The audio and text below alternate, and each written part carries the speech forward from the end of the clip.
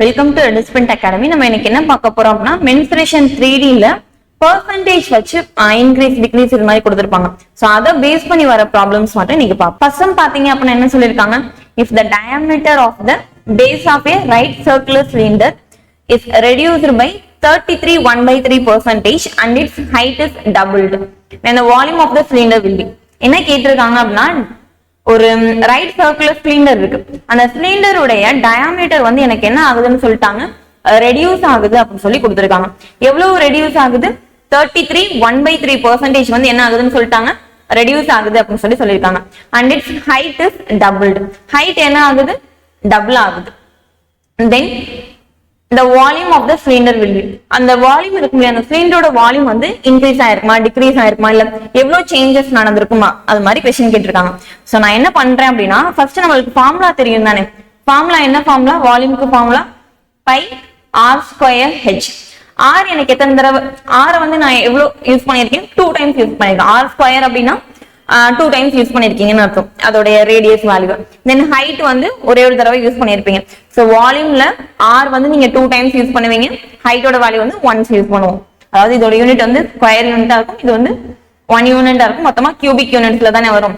So நான் என்ன பண்றேன் அப்படின்னா, எனக்கு டயாமீட்டர் 33.1/3% இன்க்ரீஸ் ஆச்சுன்னா ரேடியஸும் என்ன ஆகுறதா தான் அர்த்தம், அதே 33.1/3% தான்.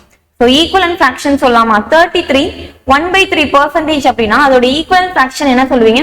1/3 சொல்லலாமா? So இது எப்படி வந்துச்சுன்னு தெரியும் தானே. 33 3 மல்டிப்ளை பண்ணிருப்பீங்க. So 9 plus 1 10 divided by 3 sorry 100 divided by 3 percentageக்காக into 1/100 எடுத்திருப்பீங்க.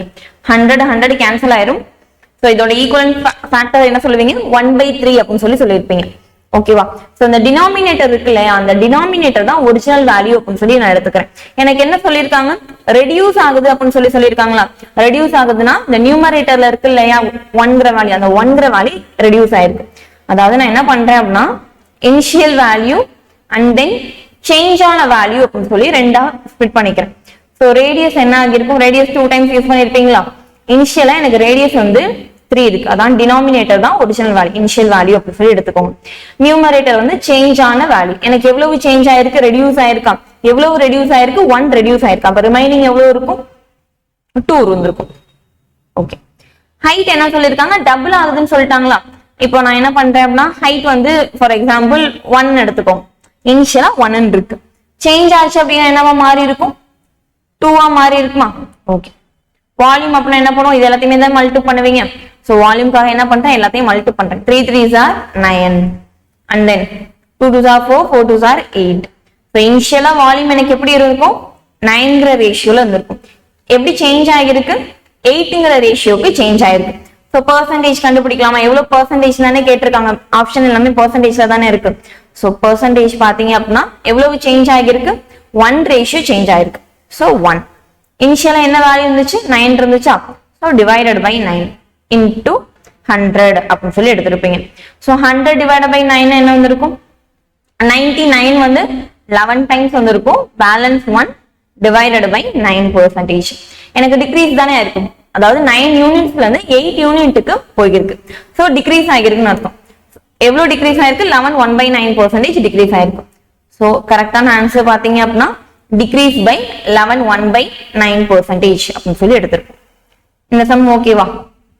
அடுத்த சம் பார்க்கலாமா? ஓகே. செகண்ட் சம் என்ன சொல்லிருக்காங்க? the radius of a sphere is reduced by 40%.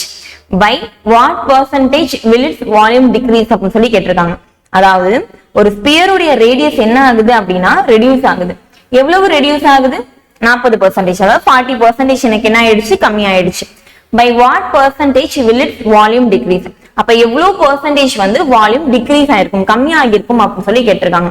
So நமக்கு ஸ்பியரோட ஃபார்முலாவும் தெரியும் தானே. என்ன ஃபார்முலா சொல்லுவீங்க? 4/3 பை r³ சொல்லுவீங்களா? இதானே ஸ்பியரோட ஃபார்முலா. சோ இதுல இந்த r-ங்கிற யூனிட்டை நான் எத்தனை தடவை யூஸ் பண்ணிருக்கேன் அப்படின்னு சொல்லி பாருங்க. r³ தானே, அப்ப 3 டைம்ஸ் யூஸ் பண்ணிருக்கலாமா? சோ நான் என்ன பண்றேன் அப்படின்னா, ப்ரீவியஸ் ப்ராப்ளம் மாதிரிதான் initial value and then change ஆன வேல்யூ அப்படின்னு சொல்லி எடுத்துக்கிறேன். r 3 தடவை யூஸ் பண்ணிருக்கீங்களா? அப்ப 3 தடவை எழுதிக்கோங்க. ஓகேவா? எவ்வளவு சேஞ்ச் ஆகுதுன்னு சொல்லிட்டாங்க, 40% சேஞ்ச் ஆகுதா? ரேடியஸ் தானே சேஞ்ச் ஆகுது. அப்ப 40% ஈக்குவலன்ட் ஃபிராக்ஷன் எப்படி கண்டுபிடிப்பீங்க? கேன்சல் பண்ணீங்க அப்புறம் 2/5 வந்திருக்குமா? அப்ப 40% என்ன சொல்லலாம்? 2/5 அப்படின்னு சொல்லலாம். சோ இந்த 5ங்கிறத நான் என்ன சொல்வேன், அதாவது டினாமினேட்டர் தான் என்ன சொன்னீங்க, ஒரிஜினல் வேல்யூன்னு சொன்னோமா? சோ டினாமினேட்டர் எனக்கு 5ன்னு இருக்கு. என்ன சொல்லிருக்காங்க, ரெடியூஸ் தானே ஆகுதுன்னு சொல்லிருக்காங்க. சோ ரெடியூஸ் ஆகுது மீன்ஸ் எனக்கு 5 யூனிட்ல இருந்து 2 யூனிட் என்னவாயிடுச்சு, கம்மி ஆயிடுச்சு. அப்ப 5ல இருந்து 2 கம்மி ஆயிடுச்சு அப்படின்னா 3 இருக்குமா? தென் அடுத்தது எல்லாத்துலயுமே ரேடியஸ் அதே மாதிரி தானே ஆகிருக்கும். So 5 3 அப்படின்னு சொல்லிட்டு 3 டைம்ஸ் எழுதிட்டேன். ஸோ வால்யூம் அப்படின்னா இது எல்லாத்தையுமே தானே மல்டிபிள் பண்ணுவீங்க. ஸோ எல்லாத்தையும் மல்டிபிள் பண்ண என்ன வேல்யூ வந்திருக்கும்? 5 கியூப்னா 125, 3 கியூப்னா என்ன வேல்யூ வந்திருக்கும்? 27 அப்படின்னு சொல்லி எடுத்திருப்பீங்க. என்ன கேட்டிருக்காங்க? பர்சன்டேஜ் தானே கேட்டிருக்காங்க. ஸோ பர்சன்டேஜ் ஃபைண்ட் அவுட் பண்ண என்ன பண்ணுவீங்க? ரெண்டுக்குமான டிஃபரன்ஸ். ஸோ 125 மைனஸ் 27 என்ன வேல்யூ வந்திருக்கும்? 198 வந்திருக்குமா? 198 தானே வந்திருக்கும், ரெண்டுக்குமான டிஃபரன்ஸ். சாரி 98 வந்திருக்கும். 125க்கும் 27க்கும் டிஃபரன்ஸ் என்ன சொல்லிருப்பீங்க? 98 தானே சொல்லுவோம். ஓகே, அப்ப 98 டிவைடட் பை 125 பர்சன்டேஜ் கண்டுபிடிக்கிறதுனால இன்டூ 100 அப்படின்னு சொல்லி எடுத்துக்கணும். 125ஐயும் 100ஐயும் நான் என்ன பண்ணலாம், 5 டேபிள்ல கேன்சல் பண்ணுவீங்களா? சோ இது 5 டைம்ஸ் வந்திருக்கும், இங்க 4 டைம்ஸ் வந்திருக்கும். நியூமரேட்டர் ரெண்டையும் மல்டிபிள் பண்ணிக்கலாமா? 9 into 4 98 into 4 என்ன வேல்யூ வந்திருக்கும்? 32 36 37 38. 382 divided by 5 அப்படின்னு சொல்லி எடுத்திருப்பீங்க. 382 5 ஆல கேன்சல் பண்ணீங்க அப்படின்னா 7 times 35 வந்திருக்கும். பேலன்ஸ் 3 இருந்திருக்குமா? கரெக்டா மல்டிபிள் பண்ணிருக்கோமா? செக் பண்ணிக்கலாமா? 32 36 37 38 39. சாரி, இங்க 39 வந்திருக்கும். 392 வந்திருக்கும். டிவைடட் பை 5 எடுத்திருப்பீங்களா? இப்ப கேன்சல் பண்ணுங்க. 7 டைம்ஸ் வந்திருக்குமா? பேலன்ஸ் 4 வந்திருக்குமா? 4னா 40 வந்து 8 டைம்ஸ், பேலன்ஸ் 2, அப்போ 4%. அப்ப என்ன வந்திருக்கும்? 78.4% அப்படின்னு சொல்லி எடுத்துருப்பீங்க. ப்ரொசீஜர் ஓகேவா? எனக்கு ரேடியஸ் 3 டைம்ஸ் இருந்துச்சு, அதனால நான் 3 வேல்யூஸ் எடுத்துக்கிட்டேன். ஓகேவா? அடுத்த சம் போலாமா? ஓகே, நெக்ஸ்ட் சம் என்ன சொல்லிருக்காங்க? The radius of the sphere is increased by 140%. By what percentage will it volume increases? அப்படின்னு சொல்லி கேட்டிருக்காங்க. சேம் ப்ரீவியஸ் ப்ராப்ளம் மாதிரிதான். என்ன சொல்லிட்டாங்க? எனக்கு ரேடியஸ் வந்து 140% என்ன ஆகுது? இன்க்ரீஸ் ஆகுது. போன சம்ல டிக்ரீஸ் ஆகுதுன்னு சொல்லிருக்கோம். ப்ரீவியஸ் ப்ராப்ளம் ரெண்டுமே பாத்தீங்கன்னா டிக்ரீஸ் வச்சு பாத்திருப்போம். இந்த ப்ராப்ளம் என்ன அப்படின்னா இன்க்ரீஸ் வச்சு பாக்குறது. எனக்கு என்ன ஆகுது? 140% என்ன ஆகுதுன்னா அதிகமாகுது. So initial and then new value அப்படின்னு சொல்லி பிரிச்சுலாமா? 140க்கு ஈக்குவல் ஃபிராக்ஷன் என்ன சொல்லுவீங்க? 0 0 கேன்சல் ஆயிரும். இது 7/5 வந்திருக்குமா? சோ இனிஷியலா என்ன வேல்யூ இருந்திருக்கும்? 7 அப்படிங்கிற வேல்யூ. சாரி, டினோமினேட்டர் தானே இனிஷியல் வேல்யூ எடுத்திருப்பீங்க. இனிஷியலா என்ன வேல்யூ இருந்திருக்கும்? 5 அப்படிங்கிற வேல்யூ இருந்திருக்கும். சோ இந்த மாதிரி சம்ஸ்ல பாத்தீங்க அப்படின்னா டக்குன்னு பெரிய நம்பர் எடுத்து கீழே போட்டுருவாங்க. சோ அதை மட்டும் கொஞ்சம் கேர்ஃபுல்லா பாத்துக்கோங்க. அதாவது 7 தானே எனக்கு பெரிய நம்பரா இருக்கு. சோ நம்ம என்ன பண்ணுவோம்னா ஆட்டோமேட்டிக்கா 7 தூக்கி இனிஷியல் வேல்யூ அப்படின்னு சொல்லி எடுத்துருவாங்க. சோ அது மாதிரி இல்லாம கரெக்டா டினாமினேட்டர் வந்து 5 தானே இருக்கு. சோ 5 தான் எனக்கு இனிஷியல் வேல்யூவா இருந்திருக்கும். ஓகேவா? எனக்கு இன்க்ரீஸ் ஆகுதுன்னு சொல்லிட்டாங்களா? எவ்வளவு இன்க்ரீஸ் ஆகுது? 7 இன்க்ரீஸ் ஆகுது. அதாவது 5 யூனிட்ல இருந்து 7 எனக்கு அதிகமாகுது. அப்ப 5 + 7 என்னவாகி இருக்கும்? 12 மாறி இருக்குமா? சோ ரேடியஸ் வந்து 12 மாறி இருக்கு. ஸ்பியர்னா என்ன பண்ணுவீங்க? 3 டைம்ஸ் ரேடியஸ் எழுதுவீங்களா? அப்ப 3 டைம்ஸ் எழுதிக்கோங்க. 5 இங்க 12 and then 5 12. சோ எல்லாத்தையும் மல்டிபிள் பண்ண என்ன வேல்யூ வந்திருக்கும்? 125. 12 கியூப்னா 1000. 728 வந்திருக்குமா? இப்ப என்ன பண்ணுவோம்? பெர்சன்டேஜ் தானே கண்டுபிடிக்க சொல்லியிருக்காங்க. சோ பெர்சன்டேஜ் கண்டுபிடிக்க என்ன பண்ணுவீங்க? ரெண்டு வேல்யூஸ்க்கும் டிஃபரன்ஸ் எடுப்போமா? ரெண்டு வேல்யூஸ்க்கும் டிஃபரன்ஸ் எடுத்தா என்ன வந்திருக்கும்? 8 - 5 3 0. 7 - 1 6 1. அப்போ 1000 1603 வந்து எனக்கு என்ன ஆகியிருக்கு, இன்க்ரீஸ் ஆகியிருக்கு. ஸோ எவ்வளோ இன்க்ரீஸ் ஆயிருக்கு நீங்களே பார்த்துக்கோங்க. 1603 அப்படிங்கிறப்போ அதிகமாக தான் எனக்கு சேஞ்சஸ் நடந்திருக்கும். Divide by initial value, original value தான் டினாமினேட்டர்ல போடுவீங்க. 125 into 100 அப்படின்னு சொல்லி எடுத்துக்கலாமா. 125 in 100 25 டேபிள்ல கேன்சல் பண்ணீங்கன்னா 4 டைம்ஸ் வந்திருக்கும், இங்க 5 டைம்ஸ் வந்திருக்கும். ஸோ நியூமரேட்டர் ரெண்டையும் மல்டி பண்ண என்ன வேல்யூ வந்திருக்கும், 12 24 6412 divided by 5 வந்திருக்குமா. 6412 5 ஆல கேன்சல் பண்ண என்ன வேல்யூ வந்திருக்கும், 1 டைம்ஸ் பேலன்ஸ் 1 10 வந்து 2 டைம்ஸ் வந்திருக்குமா, பேலன்ஸ் 4 அப்போ 8 டைம்ஸ் வந்திருக்கும், balance 1 again 2 times, balance 2 4 times. So என்ன வேல்யூ வந்திருக்கு, 1282.4% அப்படின்னு சொல்லி வந்திருக்கும். ஸோ என்ன ஆன்சர் வந்திருக்கும், ஆப்ஷன் ஏ. சம் ஓகேவா. போன சம்ல என்ன பார்த்தோம்னா டிக்ரீஸ் ஆகியிருக்கும், அதனால நான் என்ன பண்ணேன் அப்படின்னா 5 - 2 அப்படின்னு சொல்லி எடுத்து 3 எடுத்திருப்பீங்க. இந்த சம்ல பாத்தீங்க அப்படின்னா இன்க்ரீஸ் பை அப்படின்னு சொல்லி சொல்லியிருந்தோமா, இன்க்ரீஸ் ஆகுதுன்னா டினாமினேட்டர் இனிஷியல் வேல்யூ அதாவது 5 அப்படின்னு சொல்லி எடுத்திருப்பீங்க. 5 ஓட எனக்கு 7 அதிகமாகுது, ஸோ ஆட் பண்ணி 12 அப்படின்னு சொல்லி எடுத்துக்கோங்க. ஓகேவா. நெக்ஸ்ட் ப்ராப்ளம் போலாமா. நெக்ஸ்ட் சம் என்ன சொல்லிருக்காங்க, the radius of the base of the right circular cylinder is increased by 20%. அதாவது ஒரு சர்க்குலர் சிலிண்டர் இருக்கு, அதோடைய ரேடியஸ் என்ன ஆகுதுன்னு சொல்லிட்டாங்க, 20% அதிகமாகுதுன்னு சொல்லிட்டாங்க.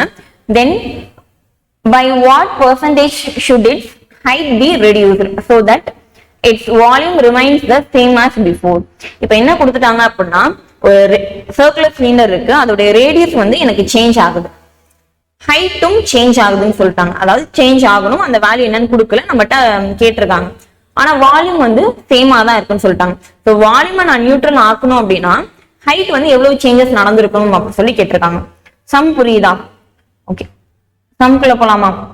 ரைட் சர்க்குலர் இந்த ஃபார்முலா தெரியும் தானே, என்ன formula, πr²h. r 2 times use பண்ணிருப்பீங்க, h வேல்யூ 1 டைம்ஸ் யூஸ் பண்ணிருப்பீங்க. ஸோ இனிஷியல் வேல்யூ நியூவா சேஞ்ச் ஆன வேல்யூ எடுத்துக்கலாமா. 20%க்கு ஈக்குவலன்ட் ஃபிராக்ஷன் என்ன சொல்லுவீங்க, 1/5 சொல்லலாமா. அப்ப இனிஷியல் வேல்யூ 5, சேஞ்ச் ஆன வேல்யூ என்னவா இருக்கும், 5ல இருந்து நியூ வேல்யூ 1 தானே, அப்ப 5 இன்க்ரீஸ் தானே ஆகிருக்கு, அப்ப 6 எடுத்துக்கலாம். ரேடியஸ் 2 தடவை யூஸ் பண்ணிருப்பீங்களா, அப்ப 5 6 அப்படின்னு சொல்லி எடுத்திருப்பீங்க. தென் ஹைட் என்ன சொல்லியிருக்காங்க, ரெடியூஸ் ஆகுதுன்னு சொல்லிட்டாங்களா. தென் வால்யூம் வந்து ரிமைன் சேம் சொல்லிட்டாங்க. அதாவது வால்யூம் என்ன ரேஷியோல இருக்கும், 1:1 ரேஷியோல இருக்கும். சோ இத அப்படியே நார்மலா யோசிங்களேன், இத ரெண்டையும் நான் மல்டிபிள் பண்ணேன் அப்படின்னா 25 வரும், இங்க ரெண்டையும் மல்டிபிள் பண்ணீங்க அப்படின்னா 36 வரும். சோ அது ரெண்டையுமே நான் கேன்சல் பண்ணும். சோ இங்க என்ன பண்ணலாம் அப்படின்னா, இந்த சைடு நான் 36 எடுக்கிறேன், இந்த சைடு 25 அப்படின்னு சொல்லி எடுக்கிறேன். இப்ப செக் பண்ணி பாருங்களேன், இதோட ரேஷியோ எனக்கு 1:1 வரும். இது எல்லாத்தையும் மல்டிபிள் பண்ணீங்கன்னா என்ன வரும், இங்க 25 into 36 வந்திருக்குமா, இங்க எல்லாத்தையும் மல்டிபிள் பண்ணீங்க அப்படின்னா 36 into 25 கேன்சல் பண்றப்ப என்ன ஆகிரும், 1:1 ரேஷியோ வந்துடும். சோ ஹைட் இனிஷியலா எனக்கு என்ன இருந்திருக்கும், 36 இருந்திருக்கும். எவ்வளவு ரெடியூஸ் ஆகிருக்கும், 25 ரெடியூஸ் ஆகிருக்கும். சோ நீங்க அஷ்யூம் பண்ணது கரெக்டா அப்படின்னு சொல்லி செக் பண்ணிக்கலாம். ரெடியூஸ் தானே கொடுத்திருக்காங்க. சோ 36ல இருந்து எனக்கு 25 கம்மி ஆகிருக்கு, சோ ரெடியூஸ் தான் ஆகிருக்கு அப்படின்னு சொல்லி அர்த்தம். சோ 36 - 25 பெர்சன்டேஜ்ல தானே கேட்டிருக்காங்க. சோ பெர்சன்டேஜ்ல எடுத்துக்கோங்க. பெர்சன்டேஜ் வேணா 36க்கும் 25க்கும் டிஃபரன்ஸ் எடுப்பீங்களா, எவ்வளவு டிஃபரன்ஸ் இருக்கு, 11 டிஃபரன்ஸ் இருக்கா. சோ 11 divided by 36 into 100 அப்படின்னு சொல்லி எடுத்துருப்பீங்க. 36 100 நான் 4 டேபிள்ல கேன்சல் பண்றேன். 4 டேபிள்ல கேன்சல் பண்ணீங்க அப்படின்னா 9 டைம்ஸ், இங்க 25 டைம்ஸ் வந்திருக்கும். 25 into 11 means 275 divided by 9 அப்படின்னு சொல்லி எடுத்திருக்கோம். 275 எவ்வளவு பெர்சன்டேஜ் வந்திருக்கும், 30, பேலன்ஸ் வந்து 5 இருக்கும், divided by 9. சோ ஹைட் எவ்வளவு எனக்கு ரெடியூஸ் ஆகணும், வால்யூம் சேமா இருக்கணும் அப்படின்னா 35/9% என்ன ஆகும்னா ரெடியூஸ் ஆகும். சம் ஓகேவா. சோ இதே மாதிரி இன்ட்ரெஸ்டிங்கான ஷார்ட்கட்ஸ்க்கு நம்மளோட சேனலை மறக்காம ஃபாலோ பண்ணிக்கோங்க. தேங்க்யூ.